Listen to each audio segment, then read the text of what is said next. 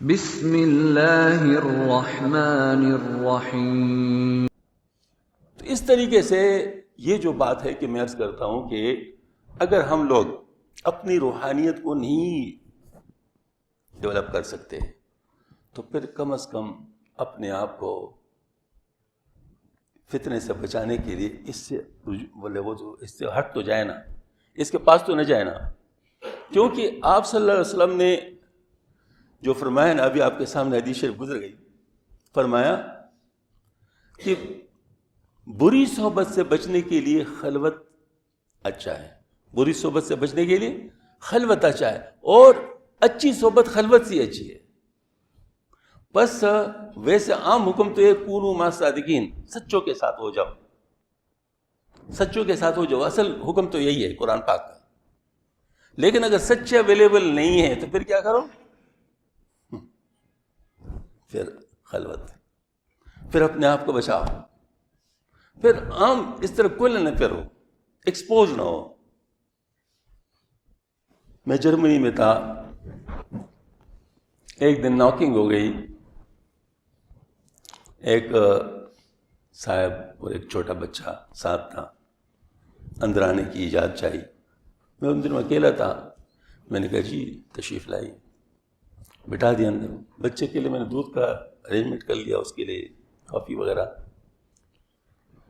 بات چیت شروع گئی۔ وہ اصل میں وہاں چرچ تھا، وہ چرچ کی طرف سے آیا تھا۔ کہتے جی آپ چونکہ غیر ملکی ہیں، ہمیں پتہ چل گیا ہے، تو یہ ہمارا جو چرچ ہے نا، یہ غیر ملکیوں کی کچھ خدمت کرنا چاہتے ہیں، آپ کو جس قسم کی ضرورت ہو تو آپ ہمیں کہہ سکتے ہیں، آپ ہمیں بتائیے۔ دیکھیں نا، سمجھ میں آ گئی نا بات؟ مجھے تو پتہ چل گیا کہ وہ کس لیے ہے، میری کون سی خدمت کرنا چاہتے ہیں، ہاں جی۔ لیکن براہ راست نو کرنا تو مناسب نہیں ہوتا نا، کیونکہ آپ نو کریں گے تو بات ہی مطلب ایک عجیب بات ہو جاتی ہے۔ میں نے کہا واہ واہ کیا بات ہے، آپ نے تو بالکل صحیح بات کی ہے، ہم تو آپ کے انتظار میں تھے، ہاں جی ضرور تشریف لائیے۔ کہتے کیا بات ہے؟ میں نے کہا ہمارا ایک بہت بڑا کام ہے، بہت بڑا کام ہے، جس میں آپ اور ہم شریک ہیں، آپ کو بھی نقصان ہو رہا ہے، ہمیں بھی نقصان ہو رہا ہے، اس نقصان سے بچنا بہت ضروری ہے۔ میں نے کہا آپ کرسچن ہیں نا؟ میں نے کہا مسلمان ہوں۔ یہود مسلمانوں کے خلاف بھی ہے، کرسچنز کے خلاف بھی ہے۔ ظاہر اپنے تاریخ کو پڑھے کہ کتنا نقصان پہنچا ہے کرسچنز کو، اور ہمیں تو نقصان پہنچا رہے ہیں ابھی تک، تو ان کے خلاف اکٹھے ہو جائیں اور ذرا کچھ کام کریں۔ تو یہ تو آپ بڑے اچھے موقع پہ آ گئے، آپ ذرا ہاں جی اچھا۔ اس کے بعد اس نے کہا ٹھیک ہے میں اپنے بڑوں سے بات کروں گا تو پھر آؤں گا۔ پھر وہ کبھی نہیں آیا، پھر کبھی نہیں آیا۔ مطلب میرا یہ ہے کہ دیکھو اس قسم کا لوگ گھیرتے ہیں کسی نہ کسی طریقے سے، کبھی پیسے کے لحاظ سے، کبھی سروس کے لحاظ سے، کبھی اسپتالوں کے لحاظ سے، ہاں جی، کبھی این جی اوز کے ذریعے سے، وہ باقاعدہ لوگوں کو ممنون بناتے ہیں، اور جب لوگ ممنون ہو جاتے ہیں پھر ان کو اپنا لٹریچر دیتے ہیں، پھر آہستہ آہستہ۔ اچھا، یہ ایڈورڈز کالج کے پرنسپل تھے ہمارے پشاور کے، جو ایڈورڈز کالج تھے، تو ہمارے ایک ساتھی تھے، وہ یو کے میں، ظاہر ہے وہ اپنے پڑھنے کے لیے گئے تھے، تو ایک چرچ میں گئے تھے ویسے دیکھنے کے لیے کہ کیا کرتے ہیں، تو ان کے اس میں بیٹھے ہوئے تھے، تو ان کو کیا پتہ کہ کوئی آدمی پشاور سے بھی آیا ہوگا، تو بیٹھے تھے، تو وہ جو ایڈورڈز کالج کا پرنسپل تھے وہ وہاں پر آ گئے تھے، تو ان نے اسپیچ کی وہاں پر، تو اسپیچ میں اس نے کہا کہ میں پشاور میں ہوں اور میں نے یہ کام کیا، یہ کام کیا، یہ کام کیا، یہ کام کیا۔ ان نے کہا کہ میں یہ تو دعویٰ نہیں کر سکتا کہ ان کو میں عیسائی بنا سکا، لیکن ان کو مسلمان بھی نہیں رہنے دیا۔ میں یہ تو دعویٰ نہیں کر سکتا کہ ان کو میں نے عیسائی بنایا، لیکن ان کو مسلمان بھی نہیں رہنے دیا۔ یہی طریقہ ہوتا ہے، ہاں جی۔ شیطان کا طریقہ کار کیا ہے؟ شیطان کا طریقہ کار یہ ہے کہ وہ پہلے کافر بنانا چاہتا ہے، اللہ بچائے، ایمان کے اوپر وار کرنا چاہتا ہے، اگر وہ کامیاب نہ ہو تو پھر گناہ کبیرہ میں مبتلا کرنا چاہتا ہے، اگر وہ بھی کامیاب نہ ہو تو پھر گناہ صغیرہ پہ اصرار کرواتا ہے۔ ہاں جی، گناہ صغیرہ بلے جو گناہ صغیرہ پہ اصرار کا بات ہے، اگر یہ بھی نہیں کر سکتے تو پھر کسی نیک کام سے بچاتا ہے، ہٹاتا ہے. ہاں جی، آپ کو اس وقت بہت سارے لوگ ملیں گے، میرے خیال میں اس وقت بیٹھے ہوئے لوگوں میں آپ کو ملیں گے کہ مستحب کے بارے میں ان کا کنڈیشن یہ مستحب ہی تو ہے نا، تو کرنا ضروری ہے. ایسے لوگ ہیں یا نہیں ہیں؟ حالانکہ مستحب جو ہے واقعی یہ اللہ تعالیٰ نے ایک اوپن آپشن دیا ہوتا ہے کہ کوئی کرنا چاہے تو اس پر یہ چیزیں دوں گا، فائدے ہیں، کوئی نہ کرنا چاہے تو اس پر کوئی گناہ نہیں ہے. مجھے بتاؤ، آئس کریم نہ کہے تو اس سے کوئی آپ کا پیٹ خراب ہوگا، کوئی گلا خراب ہوگا، ٹمپریچر ہوگا، پھر کیوں کھاتے ہو؟ مزہ ہے نا، مطلب ایکسٹرا مزہ ہے. یہی بات ہے، مستحب ایسی چیز ہے. مطلب یہ کہ آپ مستحب کو جب اختیار کرتے ہیں تو اس سے آپ کو مزید فائدہ ہوتا ہے. نفل ایک زائد چیز کو کہتے ہیں، فرائض واجبات تو مقرر ہے. حدیث شریف میں آتا ہے، صاف حدیث شریف ہے کہ سب سے زیادہ قرب تو ہوتا ہے فرائض کے ذریعے سے، سب سے زیادہ قرب تو ہوتا ہے فرائض کے ذریعے سے، لیکن نفل کے ذریعے سے، یعنی فرائض موجود ہو تو، فرائض موجود نہ ہو تو پھر تو نہیں، فرائض موجود ہو تو پھر نفل کے ذریعے سے اتنا قرب ہوتا ہے، جس کو قرب نافل کہتے ہیں، کہ انسان اتنا ترقی کرتا ہے، اللہ پاک فرماتے ہیں میں اس کا ہاتھ بن جاتا ہوں جس سے پکڑتے ہیں، میں اس کی زبان بن جاتا ہوں جس سے بولتے ہیں. یہ بات ہو جاتی ہے. اب بتاؤ یہ کس چیز کی برکت سے ہوا؟ نفل کی وجہ سے ہوا. تو اس وقت بہت سارے لوگ، میں کہتا ہوں کہ یہاں تک علماء بھی اس میں انوالو ہیں، یہ میں ان سے بھی بات کروں، بہت سارے علماء کہتے ہیں بھائی فرائض واجبات ہو جائے بس کافی ہے نا. اے خدا کے بندو، آپ نے علم اس وجہ سے پڑھا کہ آپ یہ چیزیں سیکھ جائیں. امام احمد بن حنبل رحمۃ اللہ علیہ کیا عالم نہیں تھے؟ جو 100 رکعت نفل عام راتوں میں پڑھتے تھے، رمضان کی بات نہیں کر رہا ہوں، عام راتوں میں 100 رکعت نفل پڑھتے تھے. امام شافعی رحمۃ اللہ علیہ، امام مالک رحمۃ اللہ، عجیب حوالے ان کے، یہ بڑے علماء تھے.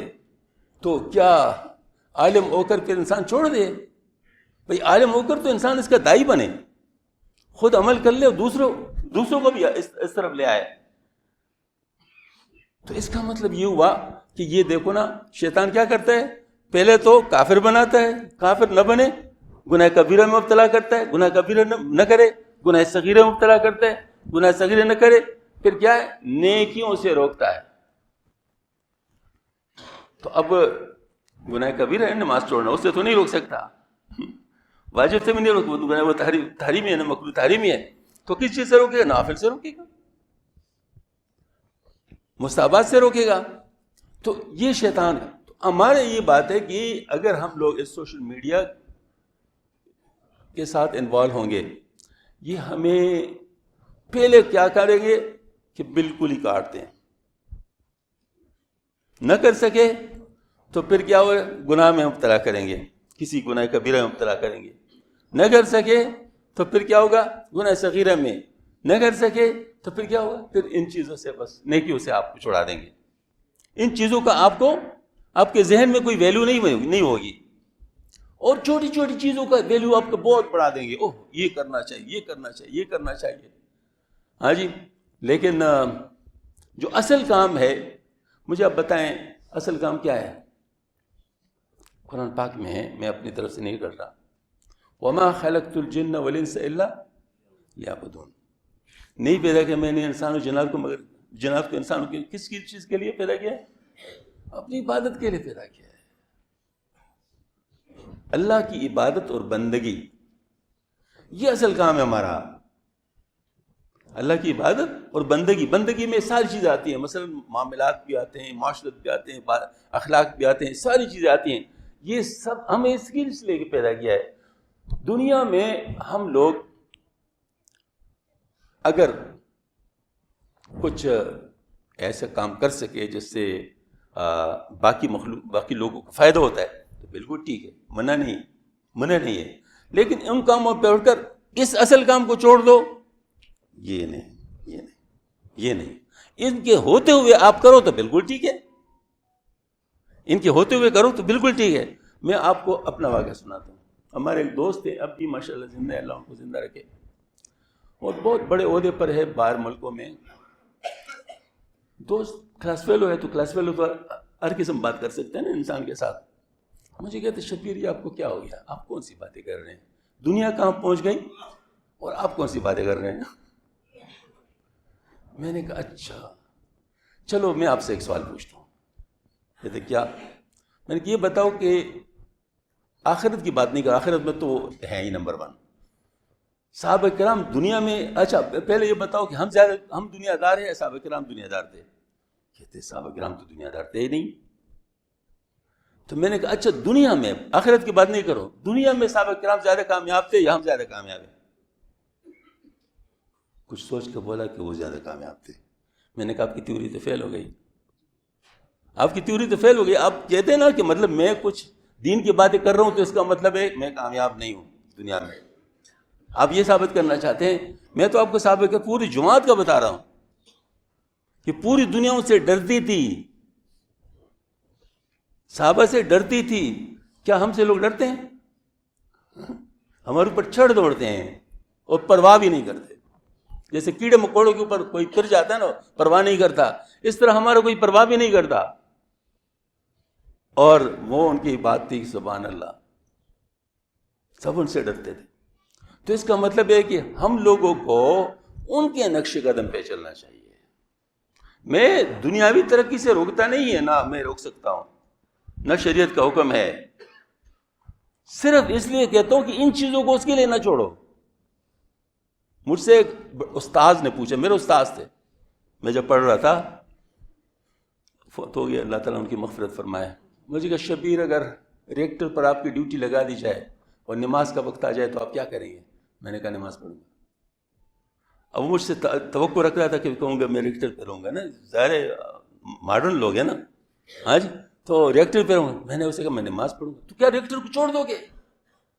تو میں نے کہا یہ کیسے ہو سکتا ہے کہ میں نماز نہ پڑھوں, میرے پیٹ میں درد ہو جائے, میں ٹوائلٹ چل جاؤں, پھر ریکٹر کا کون کرے گا حفاظت؟